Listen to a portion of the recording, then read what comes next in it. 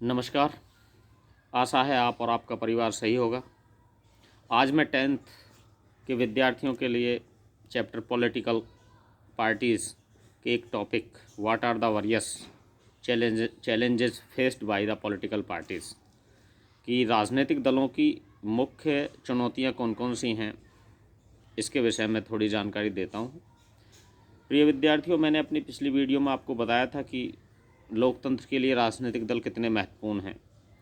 ये राजनीतिक दल लोगों को राजनीतिक शिक्षा देते हैं, चुनाव लड़ते हैं, सरकार बनाते हैं, विधान पालिका और कार्यपालिका में सहयोग स्थापित करके प्रशासन को सही ढंग से चलाते हैं, जनमत का निर्माण करते हैं। यानी कि राजनीतिक दलों के बिना लोकतंत्र की कल्पना भी नहीं की जा सकती। लेकिन इतनी महत्वपूर्ण भूमिका होने के बावजूद भी इन राजनीतिक दलों के सामने कुछ चुनौतियां हैं और आज हम उन्हीं चुनौतियों के विषय में थोड़ी चर्चा करेंगे। क्वेश्चन बनता है कि राजनीतिक दलों के सामने कौन कौन सी चुनौतियां हैं। What are the various challenges faced by the political parties. प्रिय विद्यार्थियों, राजनीतिक दलों के सामने जो पहली चुनौती है वह है आंतरिक लोकतंत्र की कमी, लैक ऑफ इंटरनल डेमोक्रेसी। राजनीतिक दल जो भी सत्ता में आता है तो उस सत्ताधारी राजनीतिक दल की जो ज़्यादातर शक्तियां एक दो या कुछ ही लोगों के हाथ में होती हैं और वे ही लोग फैसले लेते हैं और उन्हीं के फैसले राजनीतिक दल के सभी सदस्यों को मानने पड़ते हैं।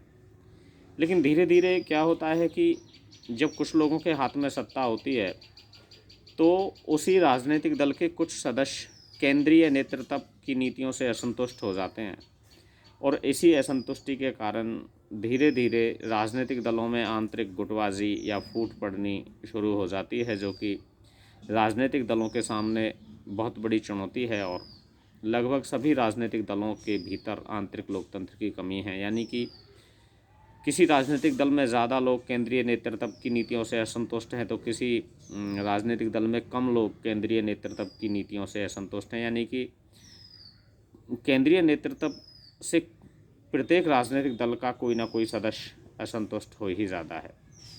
तो लैक ऑफ इंटरनल डेमोक्रेसी ये राजनीतिक दलों की बहुत बड़ी चुनौती है। विद्यार्थियों, राजनीतिक दल की जो दूसरी प्रमुख चुनौती है वह है वंशवाद, डायनेस्टिक सक्सेशन। वंशवाद का वैसे अर्थ होता है कि किसी भी राजनीतिक दल के महत्वपूर्ण पदों पर और लाभकारी पदों पर एक ही परिवार के सदस्यों का लंबे समय तक बने रहना, इसे वंशवाद कहते हैं। और प्रत्येक राजनीतिक दल वंशवाद की बुराई से ग्रस्त है।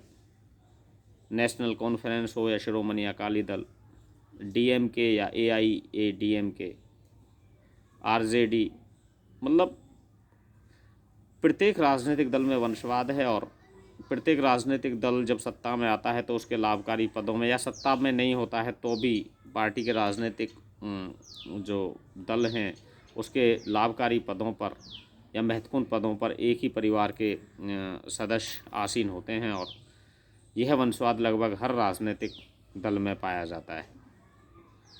राजनीतिक दलों की जो तीसरी प्रमुख चुनौती है वह है कि धन और अपराधी प्रवृत्ति की घुसपैठ, मनी एंड मस्कल पावर। प्रिय विद्यार्थियों, शायद ही भारत में ऐसा कोई चुनाव हुआ हो 1952 से लेकर आज तक जिसमें बड़े पैमाने पर धन का प्रयोग नहीं किया गया हो। धन के साथ साथ अब तो चुनावों में आपराधिक प्रवृत्तियों का भी जो प्रवेश हो गया है।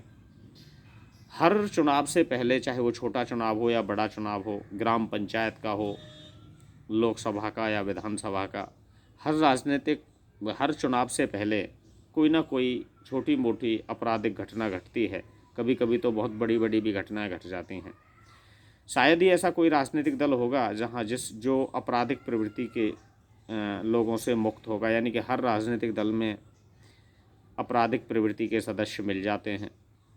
और अब तो संसद और राज्य की विधानसभाओं में भी कोई ना कोई आपराधिक प्रवृत्ति का व्यक्ति मिल ही जाता है। तो ये धन का दुरुपयोग और आपराधिक प्रवृत्तियों की घुसपैठ भी राजनीतिक दलों की बहुत बड़ी समस्या बन गई है और कोई भी राजनीतिक दल इससे अछूता नहीं है। और प्रत्येक राजनीतिक दल में ये चुनौती है, प्रत्येक राजनीतिक दल के सामने ये चुनौती है और इसको समाप्त करना राजनीतिक दलों के लिए बड़ी विकट समस्या बन गई है। राजनीतिक दलों की जो चौथी प्रमुख चुनौती है वह है दल बदल। वैसे दल बदल का अर्थ होता है जब कुछ लोग अपने स्वार्थों को पूरा करने के लिए एक राजनीतिक दल को छोड़कर दूसरे राजनीतिक दल में चले जाते हैं तो उसे दल बदल बोलते हैं, और यह दल बदल की प्रवृत्ति लगभग प्रत्येक राजनीतिक दल में पाई जाती है। दल बदल की नीति के कारण राजनीतिक दल तो कमज़ोर होते ही हैं, इसके साथ इससे जो सरकारें हैं वो भी अस्थिर हो जाती हैं। भारत में इस दल बदल की प्रवृत्ति के कारण अनेक बार सरकारें गिरी हैं, सरकारें अस्थिर हुई हैं।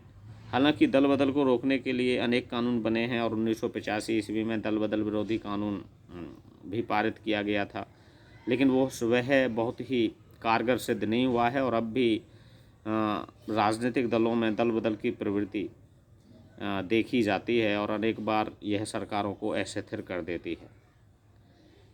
इसके अतिरिक्त राजनीतिक दलों में गुटबाजी, राजनीतिक दलों में फूट, राजनीतिक दलों में जो एक दूसरे के विश्वास की अबहाली यानी कि एक दूसरे पर विश्वास न करना, ये भी राजनीतिक दलों की बहुत बड़ी चुनौती हैं और कोई भी राजनीतिक दल इनसे अछूता नहीं है। तो प्रिय विद्यार्थियों, जब भी पेपरों में आपसे पूछा जाता है कि भाई राजनीतिक दलों के सामने कौन कौन सी चुनौतियां हैं, तो जो मैंने बताई उनको आपको पॉइंट वाइज आपको उनकी व्याख्या करनी है।